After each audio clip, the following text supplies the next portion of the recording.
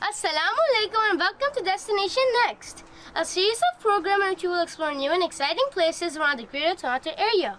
I'm your host Bilal Tahir, but I'm not the only one on this exciting journey. With me, I have my fellow explorers. And you are watching Destination Next. A new destination, what fascination. We'll go exploring a new creation. See to feel Earth, travel around the world. See to feel Earth, travel around the world. So here we go, a new destination, some inspiration, a little agitation, more complication. We'll push our minds for some formulation. We'll go exploring a new destination.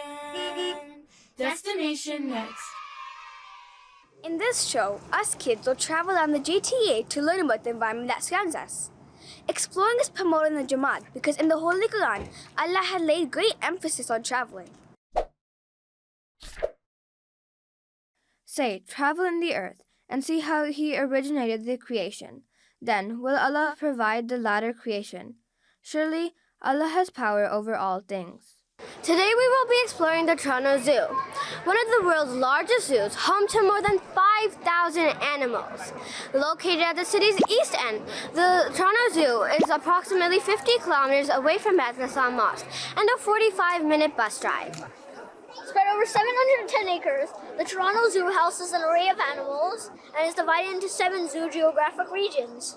Did you know that in the Holy Quran there are over 200 verses dealing with animals and 6 chapters named after them? There is not an animal that crawls in the earth, nor a bird that flies on its 2 wings, but they are communities like you. We have left out nothing in the book. Then to their Lord shall they be gathered together. We are reminded to respect them because they also have families and their own languages. Animals, birds, and insects are all mentioned in the Holy Quran and are considered as gifts to humanity from Allah the Almighty. Today we will be exploring the African Savannah region and talking about conservation efforts. I can't wait to go in and see all the different types of animals living here. Me too, let's go! Yay! Okay, guys. Are there any snakes here? Oh, we have a lot of snakes. A lot of animals on our way. We found a tiger! Tigers are the largest cat species in the world and can grow up to 660 pounds. In comparison, your average house cat only weighs about 10 to 15 pounds. All this weight doesn't stop tigers from being amazing jumpers. They can reach as high as 12 feet in a single jump. They would make great basketball players if they had hands. You can tell a tiger apart from other big cats thanks to their black stripes. Each tiger can have over 100 stripes, and the pattern of stripes is unique to each tiger, just as fingerprints are unique to each person. Tigers are considered apex predators. Apex predators are animals that have no natural predators. This means other animals don't hunt them and instead are usually hunted by them for food. Unlike lions, tigers spend most of their time alone and prefer to hunt during the night, their night vision being 6 times stronger than humans. Their feet are heavily padded, which helps them sneak around while hunting for prey. Unlike most other cats that hate water and getting wet, tigers love to swim and can even hunt fish in the water. Keep your eyes out on the lemur. We're not going to be able to stop, but well, we do have the Zoomobile, but we won't be running it today. We're almost there, you guys. We're almost there. You guys almost made it. What's that sound?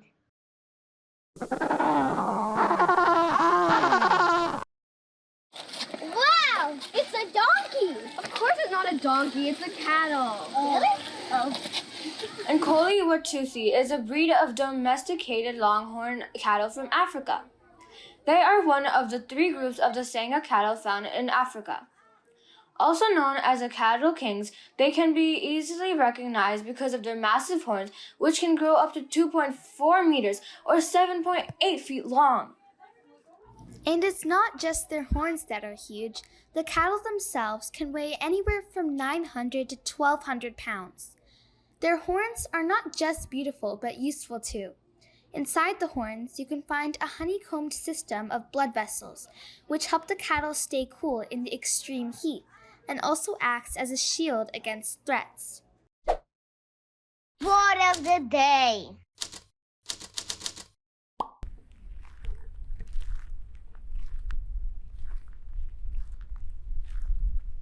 Did you know that the conservation efforts is home to a number of animals, all with different status? What kind of status? Depending on their threats to survival, the IUCN classifies the animals into different categories. A vulnerable species is one that is most likely to become endangered unless the circumstances that are threatening the survival and reproduction improve. Vulnerability is mainly caused by habitat loss or destruction of the species' home. For example, the white rhinoceros status is near threatened, which means that the species may be considered threatened with extinction in the near future if something isn't done to protect them. There must be something we can do to protect all these animals. Come on, let's learn what we can do to help. The Toronto Zoo engages in many breeding and species reintroduction programs, which involve breeding rare and endangered species in human-controlled settings. If it's possible, in some situations, the animals might also be released back into the wild to live their own lives. The Toronto Zoo breeding program started in hopes of bringing back or reproducing species so that they become more common and less likely to go extinct in our time. We use the whistle when we're training them. So the whistle just means that they did the behavior correctly. So if we're training the lions, with these guys in particular, with the porcupines, what we're training them for is nail trims. Their nails can get a bit long. They're diggers. So we'll ask them to come up. They stand up against the mesh. And when they're standing up, if they stand up properly when we ask them to, we'll blow the whistle, and that means they're going to get a piece of food. We'll trim their nails. And again, if they stay still and let us do it properly. Why are there leaves? We'll see if she comes over. Why are there feathers on the branch? We try to put different stuff in there regularly so that they have stuff to play with or interact with, change things up for them. Pumpkin. Porcupines are large rodents with coats of sharp spines or quills that protect them against predators. Porcupines have 4 legs and usually weigh up to 4.5 kg or 10 pounds. They mostly live in hotter areas like Brazil and Argentina, as well as Bolivia and the island of Trinidad. They live in and around trees and are nocturnal animals. They rest in the hollows of trees and in more shady areas in the morning. Oh, she's almost here now. You want a piece more? Oh, she looks like a beaver, but tinier, way tinier. Did one of you guys want to try feeding her? Me? So we'll just do one at a time. So if you can either, I guess, step over or in between the wires, whatever's easier. Because these guys don't see very well. So what you want to do is hand her the food, but don't put your fingers through the mesh, okay? So she's just going to finish up that corn first, but then you can hand her that piece of sweet potato. Here? Yep, a little bit lower. She's short. Oh! It's okay, you can pick it up and try again. Okay, I'm scared. I felt the pointy stuff. It's her teeth. The pointy stuff is her teeth. No, not the teeth. Not the flail. At night, they looked for food. For their diet, they eat shoots, leaves, flowers, buds, and they eat plantation crops. A lot of people who grow crops attract these porcupines.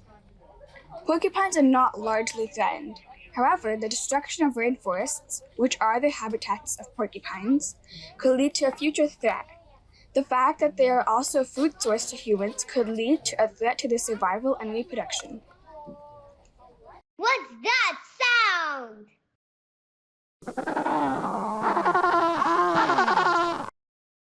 Penguin. What's the lion's name? The lions' names. So the big boy is Fintan. One of the girls is Macaulay, and the other girl is Lemon. Why are they so white? So these guys are actually a form of lion called a white lion.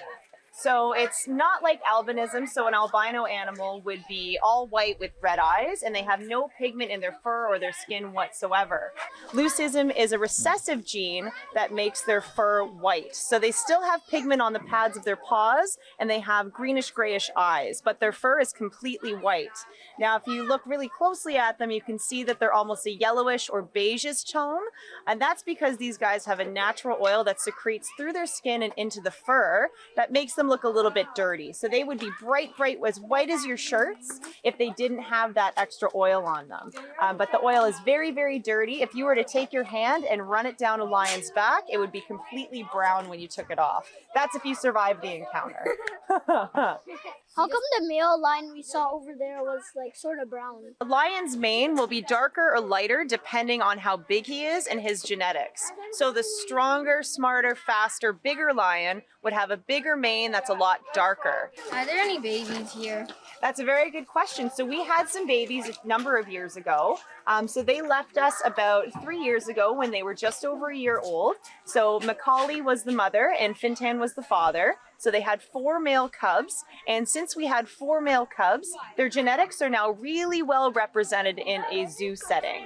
So that basically just means they don't have to have any more babies. So their family is complete, and their sons will have an even better family to carry on the genetics. So now those guys live at Park Safari. All 4 boys went together, so all the brothers live together there. And since then, Fintan has not been neutered, but Macaulay has been spayed, again, because we don't need to continue on those genetics. What does that mean? So it basically means they can't have babies anymore. Does the male have like more than one wife? So that's a really good question too. So within a pride in the wild, the male would be at the top of the hierarchy. So he's the big guy in charge. That's where you get the king of the jungle kind of term. So there will be 1 male in the pride, and then he'll have all these females. So his main role is to protect all those girls. So if another male lion comes in to try to take over the pride, he's got to be strong and big to make sure to defend all of those ladies.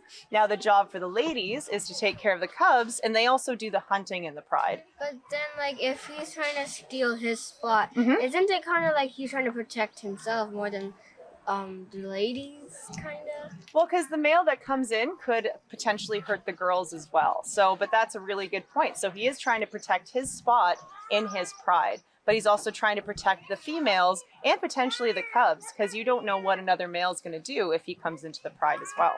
What's that sound?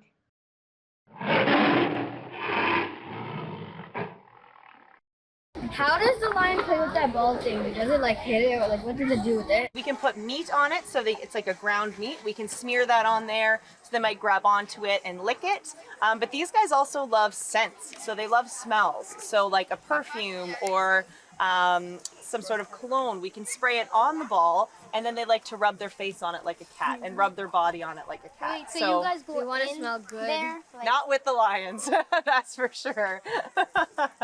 So these guys get shifted into their house. So right behind that rock there, you see that building? Yeah. We'll shift them inside, lock them inside for some snacks. Then we can go out, clean the exhibit, make sure all the fences are secure, put some toys out, put some treats out, clean their water bowl, and then we let them back out once we're out of the exhibit.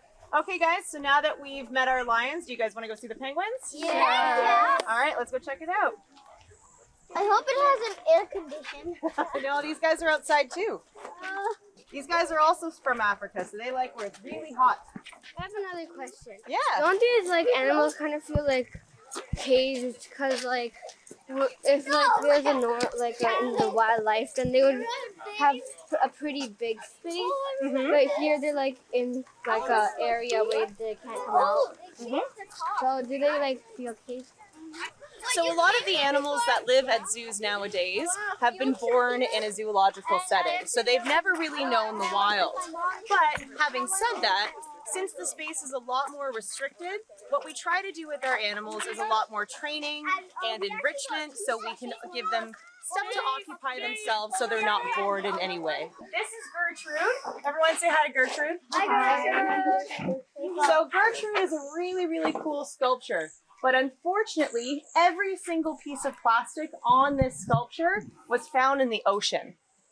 So this is all of the plastic garbage that has been picked out of the ocean. So you see there's a fork there, a hairbrush, a shoes down there. Walkie-talkie, that's So as much as she's really, really cool, unfortunately she's a grim reminder about how much garbage is going into our oceans. So we really need to think about all the garbage that we're using every day and make sure that we're reducing, reusing, and recycling to keep all of this out of our oceans. Right, guys? Yeah. Well, now at least it's all in one place and it looks cool. It's a very cool way to spread awareness for the pollution going into our oceans. These are our African penguins. We have 28 here at the Toronto Zoo. So more than half of them were born here. We also have 2 white-breasted cormorants that live in the exhibit as well. And can you guys believe that they come from Africa? So these guys actually prefer the hot weather instead of the cold weather, like a lot of people think. So out of the 18 species of penguin on the planet, only 5 of them are actually found in the South Pole. So you would never see a polar bear and a penguin together. So these guys only live in the southern hemisphere. That is very interesting. Isn't it? So these guys are very endangered. Over the last 200 years, we've lost 99% of the African penguin population. So these guys have a very complex social structure. So all the guys that you see back along the wall right there, they each have a very specific nest spot and they all have their own partner. So these guys pair up for life and they each have their own nest spot. So all the keepers know which penguins are together and which nest spot that they have. Why do they have a weird red band on their arms? So these guys each have a different wing band and that lets us know who is who because by looking at them, it's hard to tell the difference, right? So we have the wing bands on them to make sure we know who's who. Now, if they have it on the left, it's a boy penguin. And if they have it on the right, it's a girl penguin. And then Miss Matilda, she's the little silver girl right there. She's the one that's only 5 months old. She's our baby. So you can tell the difference between babies and adults because the babies have gray with silver feathers and then the adults have the black and white. So usually the parents will teach them how to swim. And usually a lot of penguins are born at the same time, so then they'll all learn how to swim together. But with Matilda, since our house is designed differently than the coastline in South Africa, our keepers actually had to teach her how to swim. So we raised her from when she was 1,000 grams, so she was only about this big. And our keepers got to raise her for about a month and a half. And once she got her feathers, so when they're born, they're very fluffy. They don't have feathers like you'd see now. So once they get their feathers in like this, they're able to swim, and our keepers would actually go in a pool with her and help her to swim. Yeah. That's amazing. Little penguin swimming lessons. They should be teaching us. Right? They're very good swimmers. So these guys can't fly, but see how they're using their wings? So they fly in the water instead of flying in the air. So the oldest penguin that we have here, his name is Buddy. So you can't see him because he's built a pretty good nest for himself and he's kind of tucked away. Buddy is 28 years old.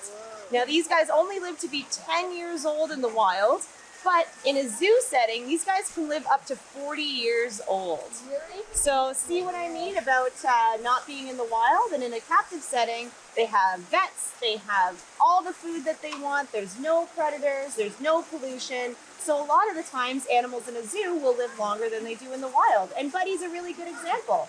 He's 18 years past his life expectancy. What is that from back there with all the chains? So that is a toy right there. So penguins love anything shiny and colorful. So something like that they like to peck at. They'll kind of shake it around with their beaks. These guys also love a laser pointer. And if a butterfly flies through the exhibit, they all chase it. It's very cute. The butterfly must be like, oops. Yeah. Do penguins usually live in water, or do they stay on land? So it depends on the temperature. When it's hot out, they'll spend a lot more time in the water, cooling off and swimming. But when it's a little bit cooler out, they tend to hang out in the shade up on the land, or hang out in the sunshine to keep themselves nice and warm. They like where the water's coming from. They do. It probably feels really nice, and it's a nice little ride for them. It's another form of enrichment having those jets there because we have lots of motion in the water so that they can kind of get pushed around and they really enjoy it.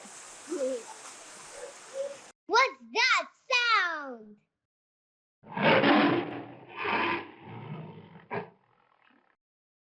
Tiger. That was so much fun. Thank you for joining us today. Join us again on Destination Next! Khudafiz! Next time on Destination Next. In beehives, we have 3 members, only 1 queen. You hear the sound of the bees. Here we will see the offspring, the queen.